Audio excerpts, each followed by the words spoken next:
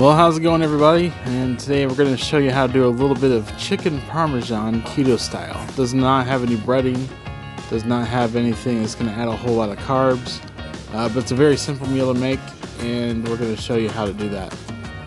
First thing we're doing here is trimming off the fat of the chicken. So we're just making sure that we get that off of there so we don't have anything that's undesirable to eat. And then we're going to take these and cut these down in half. These are pretty big chicken breasts, so we're going to cut them in half. And then to make them a little bit thinner and a little bit easier to cook, we're just going to take these and we're going to fillet them right down the middle and butterfly them open. So we're not going to cut all the way through, we're cutting just about an inch or so away, and we can open it up then and it stays pretty flat, and it gives just a really nice surface area for us to be able to add our sauce and our cheese to, but still be able to cook effectively and still keep them moist.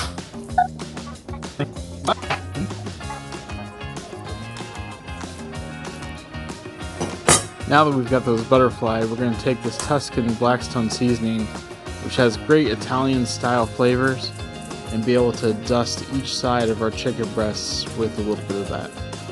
I'm going to spread it on fairly liberally on both sides.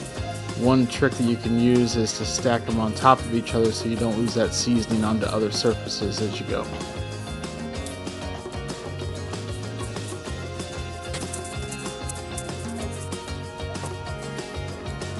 Bought some Rayo's marinara that we're going to use on top of our chicken parm. I'm going to go ahead and just put this into a pot, and I've got a wooden spoon, so we're actually going to put this directly onto the griddle surface and be able to stir this occasionally just to make sure it's the right temperature. So as we move outside to the Blackstone, we're going to go ahead and take our temperature, turn it down to about a medium. We had it on high just to get the temperatures up, but now we don't need it to be quite that high for cooking chicken. Add a little bit of fresh oil to our griddle and make sure we're good to go there. I'm going to take that marinara sauce that we've got in that pot and go ahead and put it right at the very edge of the Blackstone Griddle to make sure it doesn't have too much heat.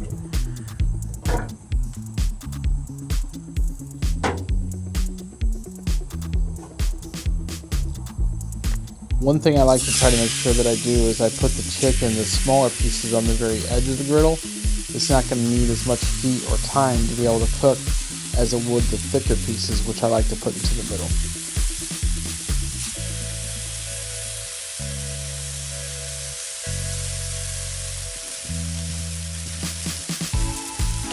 So as we go, I'm going to take the wooden spoon and be able to stir that just a little bit into our marinara to make sure the temperature is all even throughout.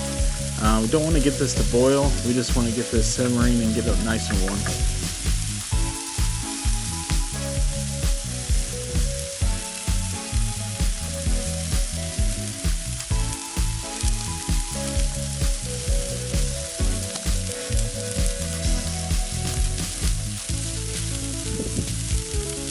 So after about 3 to 5 minutes, we're going to go ahead and begin to flip our chicken. It should be nice and cooked on the first side. You'll start to see the white come up around the edges of the chicken to know when the first side is done. When we flip it over, we'll have a nice brown color on our chicken. I like to press down just slightly, not hard, because I'm not trying to push out any juices, just to make sure I get a nice, firm surface area on all the chicken as we turn it over.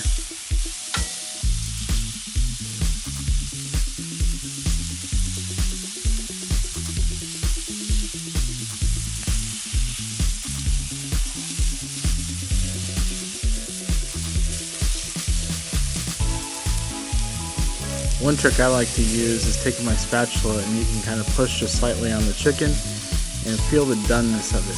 If it's real firm, you know it's going to be done. If it feels kind of spongy, then it's not quite done yet.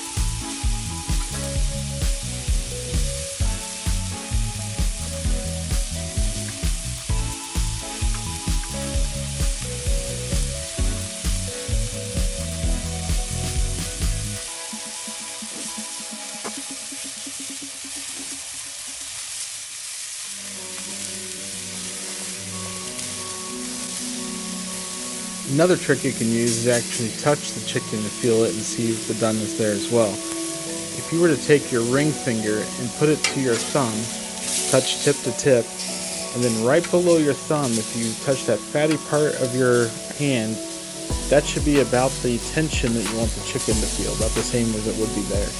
Just a great little trick that you can use to find out if your chicken's going to be done or not.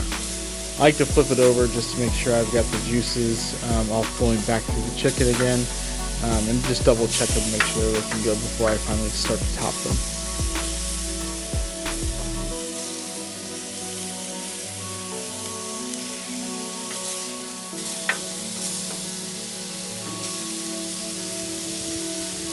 Now that our chicken's done, we're going to take this marinara that's nice and warm and begin to put little dollops right on top of our chicken.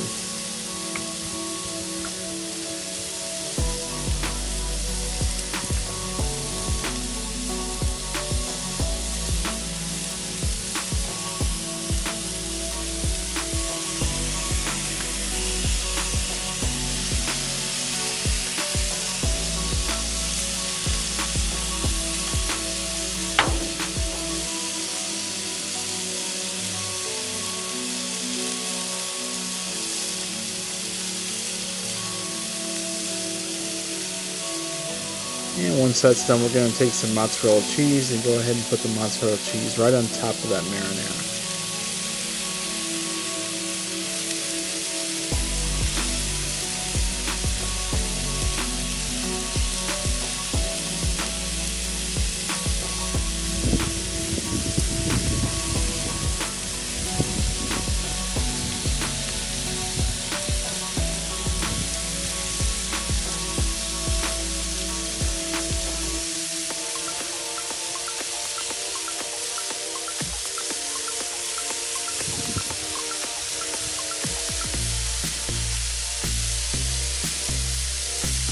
So because the chicken and the marinara is both warm, when you add the mozzarella to it, it's going to start to melt automatically on its own anyway. But I like to put a dome over it, spray a little water underneath to get some steam going, and you'll see just how quickly it's going to melt for you.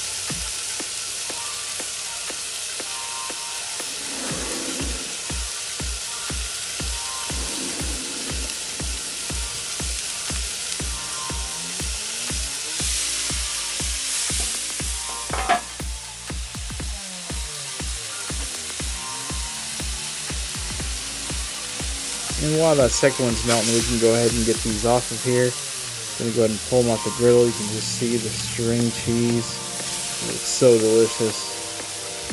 So cheesy. Marinara, just the tomato flavor with it.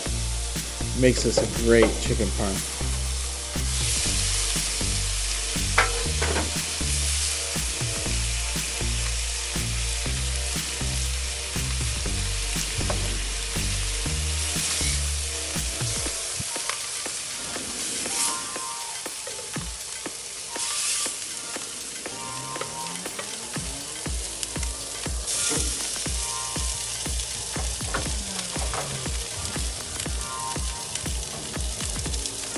Well, there we have it. Pretty easy to do. Cleanup is essential on this one. Actually making this meal doesn't take very long. This is great if you want to put it over any kind of noodles. You can do that. You can do zoodles as well, zucchini noodles. That's another great way to serve this. But this is a keto option. It doesn't have the breading, so you don't have to worry about that. But just the chicken marinara and mozzarella is the easiest way to go with this one to make this a quick meal.